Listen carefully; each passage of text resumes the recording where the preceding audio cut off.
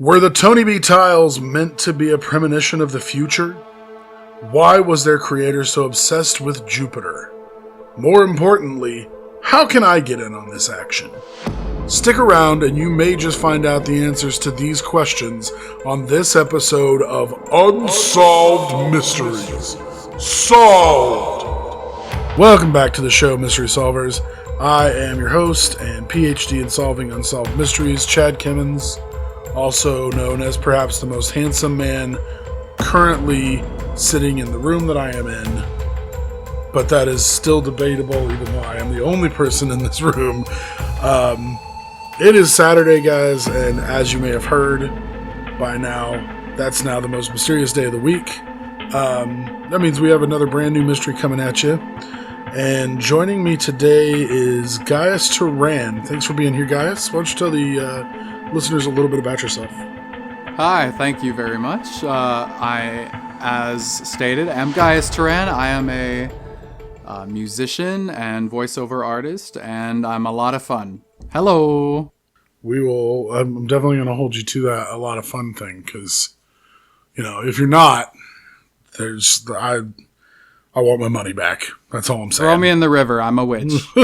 Well, a bit, but she is a witch, though. We did the nose. Guys, do you know anything about the mystery of the Tonybee tiles? So I've heard a little bit about this in the past. I think maybe over some late night listens to Coast AM. Okay. But when I was informed that was the topic for this week, I did a little more research into it. So I've learned just a little bit more than I knew. I still can't say for sure. Okay. I know who did it, though. All right. Fair enough. Let's just go ahead and dive right in here. So the Tonybee tiles are messages of unknown origin that have been found embedded in asphalt of streets in about 24 major cities in the United States and 4 South American cities. Now, since the 1980s, several hundred of these tiles have been discovered. They're generally about the size of an American license plate, which is probably like a foot by half a foot, something like that. About right. But sometimes they can be considerably larger, and they contain some variation of the following inscription: Tonybee idea, in movie 2001, resurrect dead, on planet Jupiter. Now, most of these tiles follow that format, and then around the edges there will be more script. So it's basically saying, this is my idea for this thing, and here's, anyway. We'll get more into that here in a little bit. Yeah. Now, some of the more... sorry, go ahead. I was going to say, it seems like the side tiles are where the tiler's real personality comes in, because the main tiles seem to really say just the same thing with very few variation. But the side tiles say things like "kill all journalists." I mean, juicy, right? Juicy. There is some really interesting stuff. God, I was looking at some pictures, and there was one about, I can't remember if it was anti-Semitic or not. I've heard some are anti-Semitic. It said something about Jews. That's all I remember. Hellion Jews is what it said. Yeah. They used the word Hellion. Yeah. Yeah, we'll get to the side tiles later, because I have a few more things to say about that. I could keep going. Some of the more elaborate tiles also featured cryptic political statements, where they exhort the readers to create and install similar tiles of their own.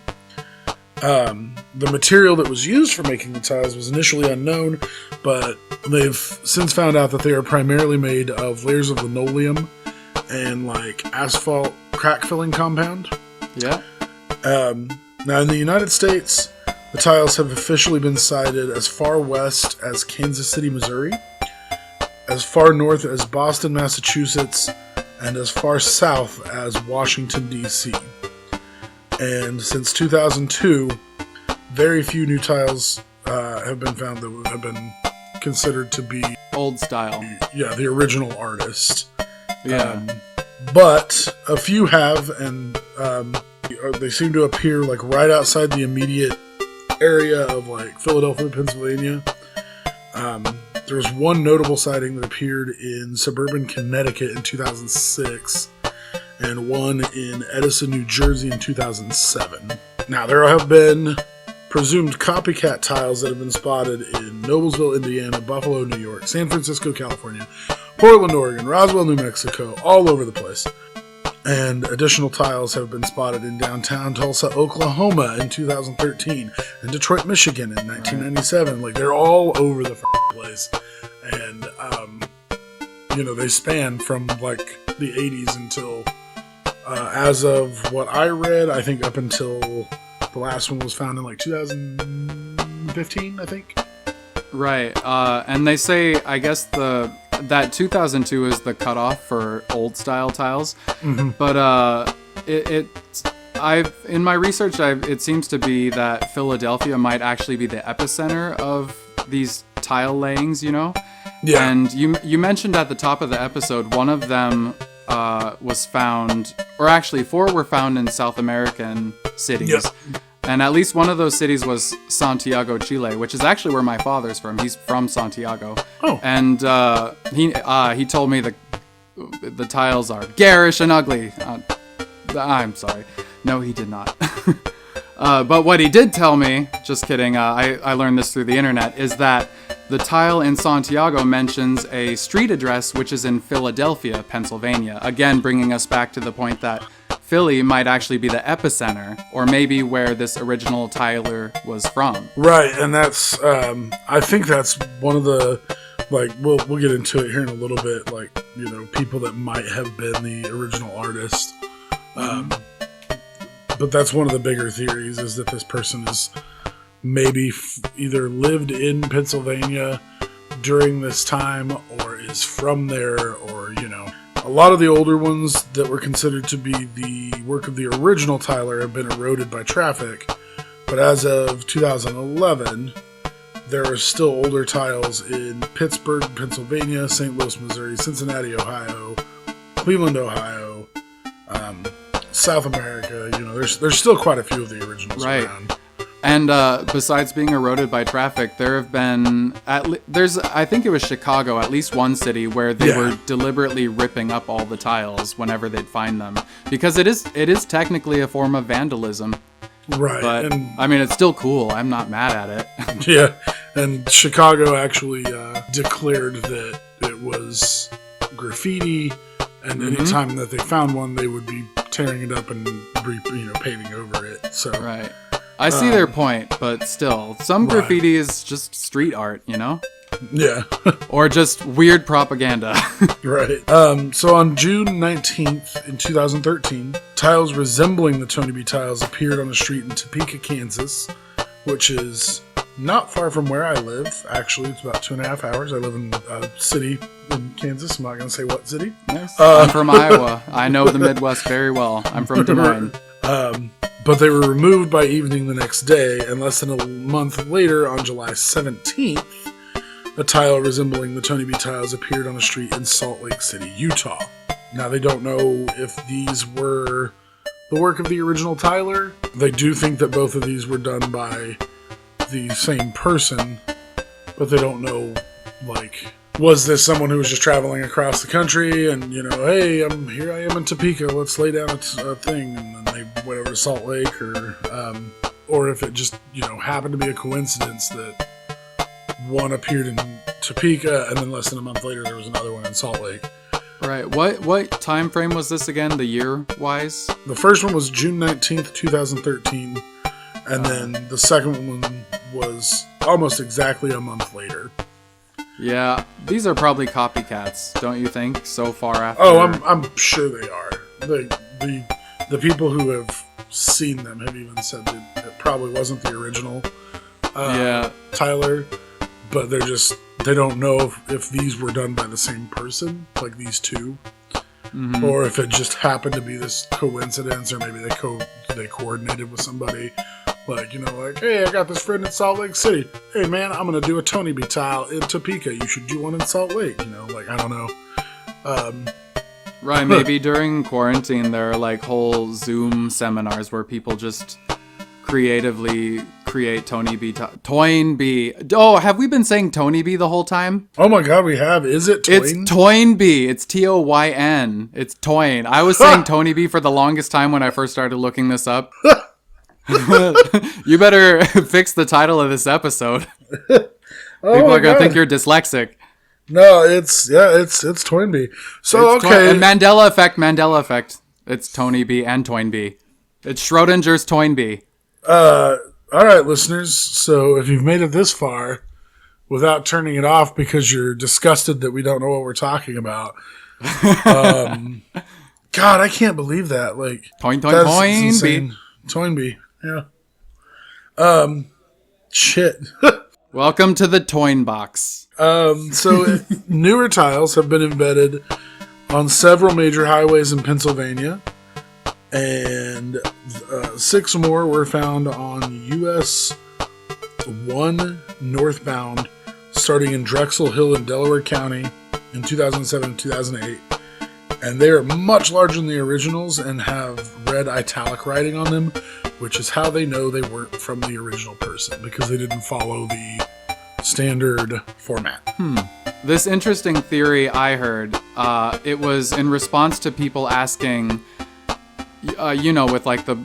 with the amount of tiles that were laid, how was this guy never spotted laying them? And one of the big theories I heard was that possibly he had a hole in the bottom of his car, and he would throw these tiles out the hole in the bottom of his car, and then the heat and the pressure from the tires driving over the tile, which was lined with tar paper, would basically just ingrain it into the road. Have you heard that? Well, I did hear that, they were laid, like they were pre-made and then placed, and, with the tar paper, like you were saying, and like just the natural heat of the sun and cars driving over it constantly would embed it into the asphalt. But I did not hear this theory about him having a hole in the bottom of his car that he flew out of. He's just pulling some Mario Kart shit and just throwing tiles out. And gosh, I wonder if they give you a speed boost or something if you drive over them. I've never tried. Yeah, I've never even seen one, honestly. Not in real life, anyway. And I hope I never will. Actually, that'd be pretty cool. I was going to say, I don't know why. Like, that'd be pretty neat. I'm all about Jupiter. I'm so for a gas giant. I love gas. What is that? I mean, I know it says, like, they all say something about Jupiter, but, like, what? Oh, I can talk about this. I know about this because I watched... Okay, so they talk about 2001 and Jupiter, and they're specifically apparently referencing Stanley Kubrick's 2001: A Space Odyssey, which is like a 1960s film. Mm-hmm. These tiles started appearing in the 80s, like 20 years after this movie. So right there, I'm like, this guy's not a time traveler. Come on, this guy's probably mentally ill. And there's nothing wrong with that. Get help if you are. I love you. But anyways... They're talking about Kubrick, A Space Odyssey, and resurrecting life on Jupiter. Well, basically in this movie, this guy, he's like the sole survivor of his mission to Jupiter, and he meets this alien technology where he's basically put into a room, and he sees himself age and then die and then be reborn as like this star child, thus being resurrected from Jupiter. But then at the end of the movie, they show or imply that the Star Child's being sent back to Earth. But I think that's what he's referring to. He's not saying literal resurrect zombie people, bring them back to life and put them to live on Jupiter. He's saying, in a spiritual way, following Kubrick's movie, seek enlightenment and maybe reincarnate on a higher dimension toward or around or within Jupiter. Because actually a lot of people who are into the whole metaphysics scene believe that there's life on all planets. It's just in different dimensions because we have like this infinite universe of probability and this infinite universe theory, Yeah, I've heard that there are, among the multiverse theories, that there's one that life never developed on Earth and instead, like silicon-based life developed on maybe Uranus or whatever, something like that. Like, because, like you said, infinite possibilities, infinite universes.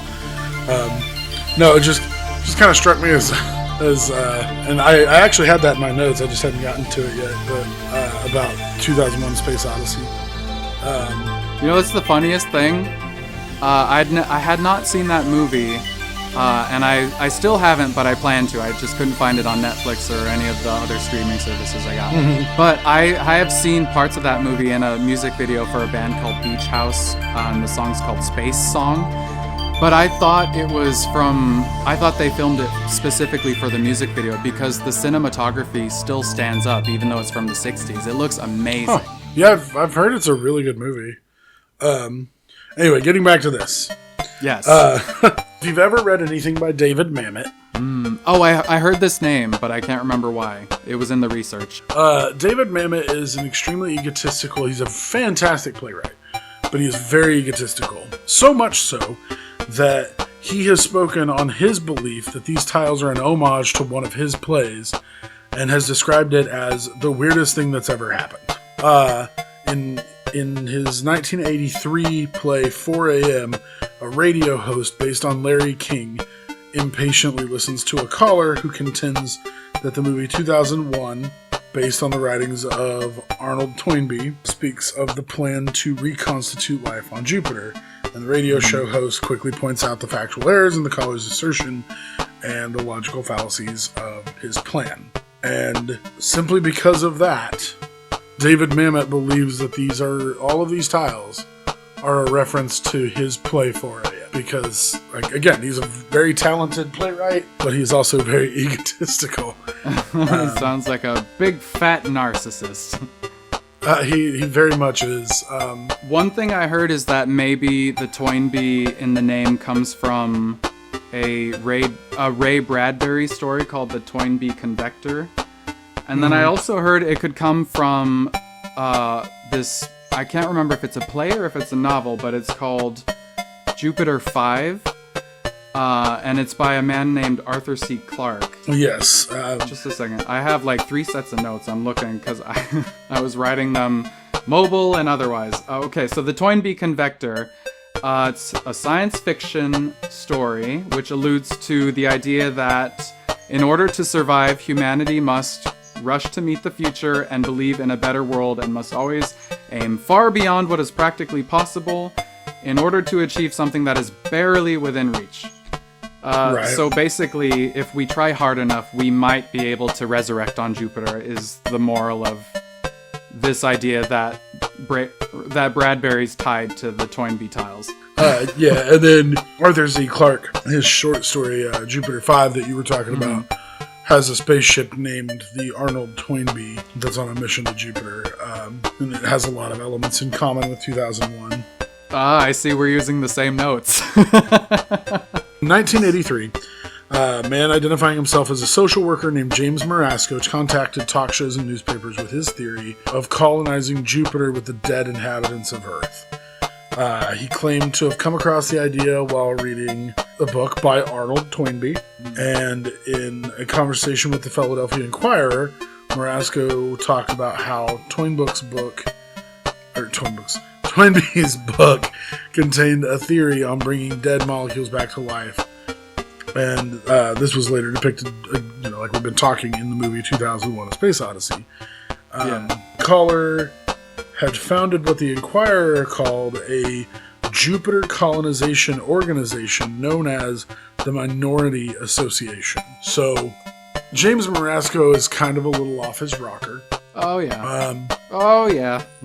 Like, this sounds a lot. His organization really gave me Heaven's Gate vibes. Like, so I didn't do any research into the organization because I wanted to keep it about the Toynbee tiles. Well, I mean, I'm sure they all believe in the resurrecting on Jupiter thing, right? I'm just probably. But I mean, it's just this guy is a wacko nut job on par with what's his dick that started.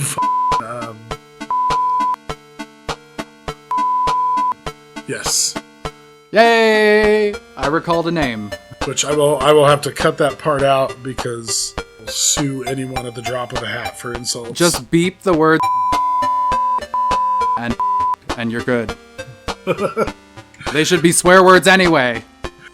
So then in 2003, Wargle. Who the fuck is Wargle? Did I miss something here? Wargle. That's not a name I recall. In 2003, apparently somebody named Wargle. I must have accidentally taken some stuff out that was... Oh, Doug Wargle. Okay. He discovered a Toynbee tile at the corner of 13th and Grand in downtown Kansas City. Okay, so in 2003, Doug Wargle, who, what Gaius just said, happened, called the only James Marasco in Philadelphia telephone book and was told by the man's wife that her husband had died in March that year at age 88. When she was asked about the tiles, Marasco's widow said that her husband didn't know anything about it. Now, Wargle doubted that this was the tile maker, and Action News spoke to the widow of a man named James Joseph Marasco, and I did, well, but that's what it. It's been a long weekend. Well, I have sun sickness. I don't. It's been such... Oh my god. Anyway. It's fine. I'm not mad. I was on the beach. Action News spoke to the widow of a man named James Joseph Marasco and ID'd him as a Philadelphia carpenter who had died in 2003 at the age of 87. His wife did not recognize the tiles, said her husband had no interest in Jupiter, and if Marasco had died at either age in 2003, he would have been in his 70s when most of the tiles were laid. Right. So... chances are not this guy, not either one of these guys, because they both would have been, in their 70s when most of these tiles were laid. So right. Now, what I'm trying to remember is if I'm confabulating or if James Marasco's widow's address is the same one that was mentioned in the Santiago tile. I don't remember. Like, my notes don't say whether either one of those people lived at that address. It was just, this was because James Marasco was the guy that called into the talk show, remember? Mm-hmm. And so I think that's why, yeah, like, it says that, in my notes it says that a police detective felt that, like, after comparing the one that Doug Wargle found in 1996 to ones in Philadelphia, he said it was clearly the same hand. And that's what made Doug Wargle decide to contact James Marasco, was because of his call into that talk show and how similar what he was saying was to what was on the tiles. Huh. In your personal opinion, do you think it was Marasco who made the original tiles? I mean, I know some pretty spry 70-year-olds, but I don't. What about a 70-year-old with a coven of cult members to do his bidding with a bunch of clown cars that have holes in the bottom? Maybe. Like, if it was him, he definitely probably had an accomplice. You know what? If that's how they actually laid the tiles, the perfect car to lay a Toynbee tile, Flintstones wagon. You know that thing Fred Flintstone drove? Yeah. It's like a mini steamroller. That's the perfect thing. Yeah. So, Justin Dewar, who is a Toynbee tile enthusiast, claims to have once found and examined a newly installed tile. He said that the new tile was wrapped in tar paper and placed on a busy street early in the morning. And from this find and other evidence, Dewar believes that the pressure exerted by automobiles driving over the tiles for weeks on end pushes the tile into the surface, like we said, and eventually the tar paper tears away, exposing the message. I bet you could heat the tile up, though, before dropping it and speed the process along, don't you think? Maybe. I think you'd have to really, really heat it up good, though. Like, I mean, it'd have to be able to press into asphalt that's already been laid, it'd have to be pretty hot. I'm trying to think of someone who's hot and make a joke, but I just can't. I'm sorry. Ryan Reynolds! As we talked about, the Chicago declared them vandalism, and they remove any that show up. One of the larger ones, which was apparently a rant against the original Tyler's enemies, was destroyed when Chestnut Street in Philadelphia was repaved. Speaking of that, so I can't say this with 100% clarity because I can't remember my sources and it's not in my notes, but I heard it on the Not Alone podcast. They were talking about the... Oh, wait, we're not supposed to plug other podcasts. The Boop Boop No, you're fine. Go news ahead. channel. All right, so I heard on the Not Alone podcast. They were talking about, I think it was James Marasco, that he had jaw cancer and died from it, or died after having surgery or complications from it. Mm-hmm. And some of these Toynbee tiles that you said were basically speaking out against people who have transgressed against the tiler. They were specifically referencing not having a voice or not being able to speak up for oneself or being silenced, things like that. And I thought, if James Marasco is the actual Tyler, or was, rather, that would be a really interesting metaphor for him to work into the tiles, saying he's being... And also, I think they mentioned that he had some kind of illness that was inoperable, and that's part of why he was so obsessed with reincarnating on Jupiter. Right. You know, in like a new healthy body, physical or not. Yeah, I remember seeing something about that. He had some kind of degenerative illness. Right. He knew was going to get him in the end. So. And apparently it did. But he made some cool graffiti, and we're all talking about it still in 2020. Right. Well, maybe he made some. Maybe he actually survived and was taken to Jupiter. As far as like the ones that still exist, the only city that we know of that has like tried to conserve them is Philadelphia. A lot of them have been destroyed, and they only exist as like in photographs now. But as of October 2015, the Streets Department of Philadelphia, as I said, recognizes Toynbee tiles as street art, and they will save one or two of the Toynbee tiles only if there is a fast and affordable method for removing. I think that is very clever on their part, because when I started researching this, it seemed like a lot of people were specifically looking for tiles that were in their area. And there were some people who reported that tiles they had been looking for, they discovered had been removed a long time ago. So I think it's great that they left it as sort of a tourist destination for people who are interested in all things mysterious and maybe even Kubrick. Yeah. So, like, it sounds like what they're saying is, like, they're not actively going to destroy them, but if they have to do road work on a street where there is one, they will try to preserve it if it's not going to cost a shitload of money to preserve it instead of, just pave over. Right. Which is more than most of the cities do. They just pave over it and, Well, I mean, it is vandalism. I mean, it's interesting, but it's like, if you're gonna start telling people to reincarnate on Jupiter, right? Where do you draw the line? I mean, extremists on either side could start putting propaganda down that would maybe lead to some real harm. But still, I think there's a place for it, and I'm glad that Philadelphia is preserving it. Right. So now comes the time where we solve this sucker. Or do we? I know what's going on. I know who it was. Or do you? But I also have a PhD in solving unsolved mysteries. So. Oh, yeah, that is... I saw that in your credentials. So you tell me, guys, what do you got cooking? What are you working on over there? What do you think? Well, I really think the originals were probably Marasco or some other elderly gentleman who had some sort of illness, who became afraid of physical death and was obsessed with finding a way to live on beyond that. And I don't think there's anything wrong with that. And I think that's something a lot of people battle with. But I think a large majority of the tiles, probably more than half, have been copycats. I do think that the earlier ones in South America are probably real. So maybe our friend Marasco got around.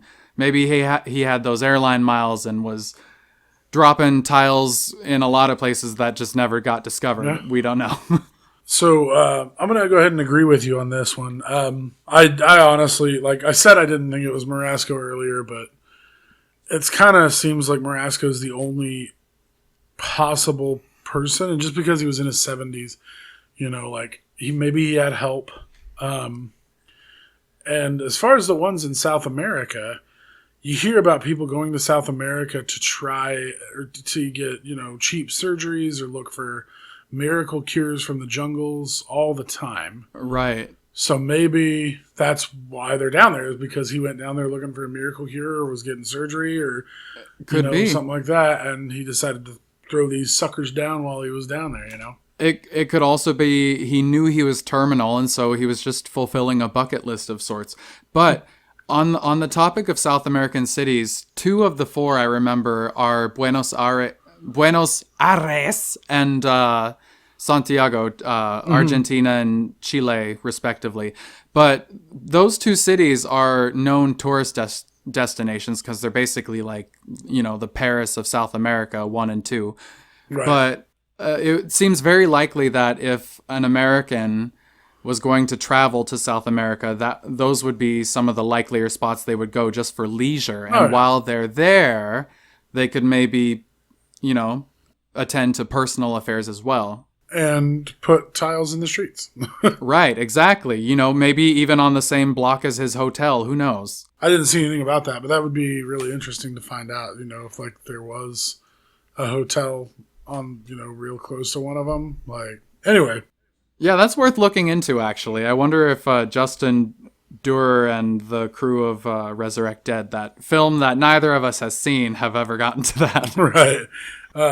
Well, there you have it, folks. We've got another mystery in the books. We're going with Occam's razor again. The simplest solution is often the most correct one. James Marasco is the Tyler of the Toynbee tiles.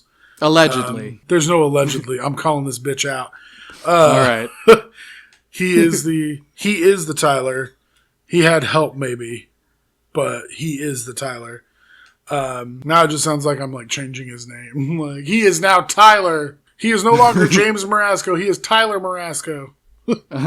Hey, he's Tyler. Nope. Can't think of anything. Tyler Marasco. Tyler the Tyler. I like that. Tony the Tyler. Great. James, quote, Tyler the Tyler Marasco. Tylers go to Jupiter to get more stupider. That's what I always heard. But I'd like to thank Gaius Turan for joining us today. Thank you. I'm thankful as well. Thank you for having me. And where can people find you? Do you have anything going on? Anything people need to be aware of? Well, I'm working on a new album. I've got a couple out on Spotify and Apple Music, all that. But if you just Google my name, Gaius, space Terran, you can find my music on YouTube, etc., etc. And it was wonderful to chat with you. You as well. And as usual, guys, if you have a mystery you want us to solve on the show, you can send that to mysteriessolvedpodcast, all one word, at gmail.com. You can also find us on Facebook at Unsolved Mysteries Solved and on Twitter at UMS_podcast. And if you'd like to continue supporting the podcast, the best way to do that right now is still just word of mouth. Go to iTunes and Stitcher and all that and leave a review and a 5-star rating. If you leave less than 5 stars, you're dead to me. Dead. I don't care if you don't like the show.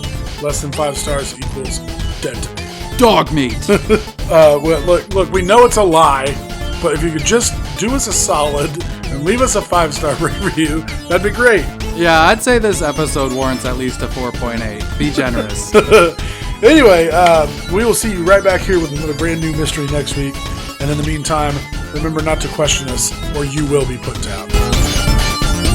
Shut up, man. This is why I don't do these things in person.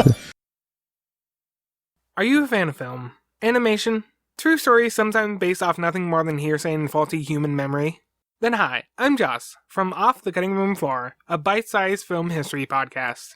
In Off the Cutting Room Floor, I serve as your humble armchair expert and tell you some of cinema's most fascinating behind-the-scenes stories and legends. Featuring a cast of podcasters, Season 1 takes a close look at the development of the cult-hit musical, Little Shop of Horrors.